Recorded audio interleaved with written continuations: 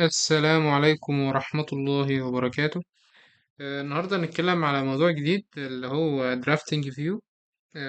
درافتنج فيو في الريفت هو فيو للتفاصيل فقط، مش مرتبط بالموديل النهائية، هو 2D بس. يعني ايه بقى؟ يعني الفيو ده بيترسم فيه تفاصيل إنشائية، تفاصيل معمارية، نودز، سيمبلز، من غير ما يكون ليه علاقة بالإليمنتس اللي في المشروع. يعني بستخدمه في ايه؟ ب... لو في تفاصيل متكررة في أكتر من مكان، أو تفصيلة مش محتاجة موديل، أو عاوز تفصيلة ثابتة وسريعة.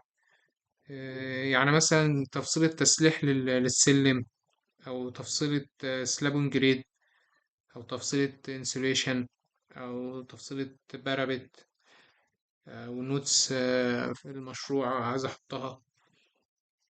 طيب ازاي بعمل الدرافتنج فيو؟ هروح على فيو تاب، هلاقي فيه هنا عندي درافتنج فيو.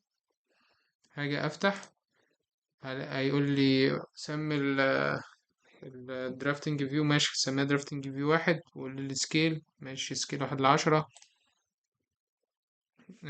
تمام. بعدين ما دخلت جواه بقى، ممكن ارسم ايه جواه. ممكن ارسم بقى من انوتيت، ديتيل لاينز، فيلد ريجن، ديتيل كومبوننت، تكست، او دايمنشنز في حاجات، يعني في تفاصيل التسليح مثلا، سيمبلز.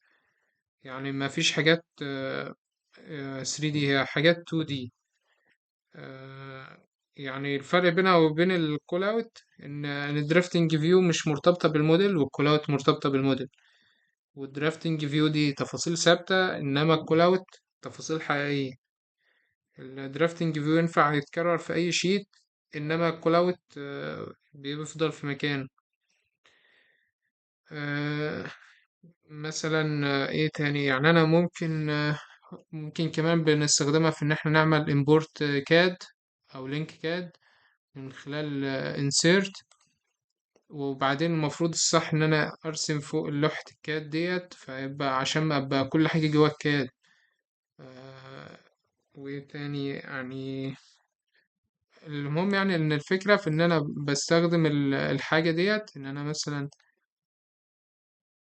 آه، ارسم مثلا. خلينا نرسم اي حاجة دلوقتي، واتحكم في السكيل.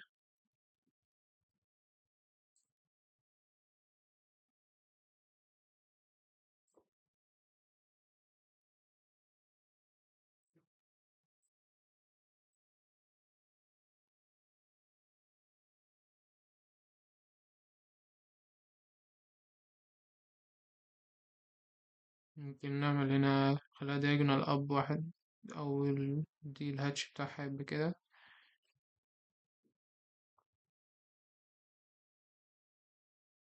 فتبقى كده. المهم يعني كحاجة 2D، أنا باخد يعني إيه كمثال.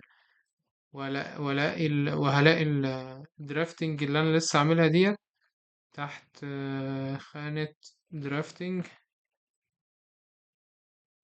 أو ألاقي في البروجكت براوزر، ممكن ألاقيها. هي فين؟ ريفلكتنج سيلينج. ألاقي هي درافتنج 1 دي اللي احنا لسه عاملينها، وعمل لها دراج في الشيت. هلاقيها، باخدها يعني كتفصيلة 2D. زي ما احنا فهمنا يعني، أو خليها مثلا سكيل 1/25 عشان تظهر شوية. أحطها. ممكن بقى تبقى تفصيلة تسليح زي ما قلنا، أو تفصيلة مثلا تسليح سلم، أو تسليح سلاب جريد. أيا كان يعني. المهم إن هي فايدتها إن حاجة 2D، باخدها كدرافت في الشيت أو كده. أتمنى تكون حضرتك استفدتوا، والسلام عليكم ورحمة الله وبركاته.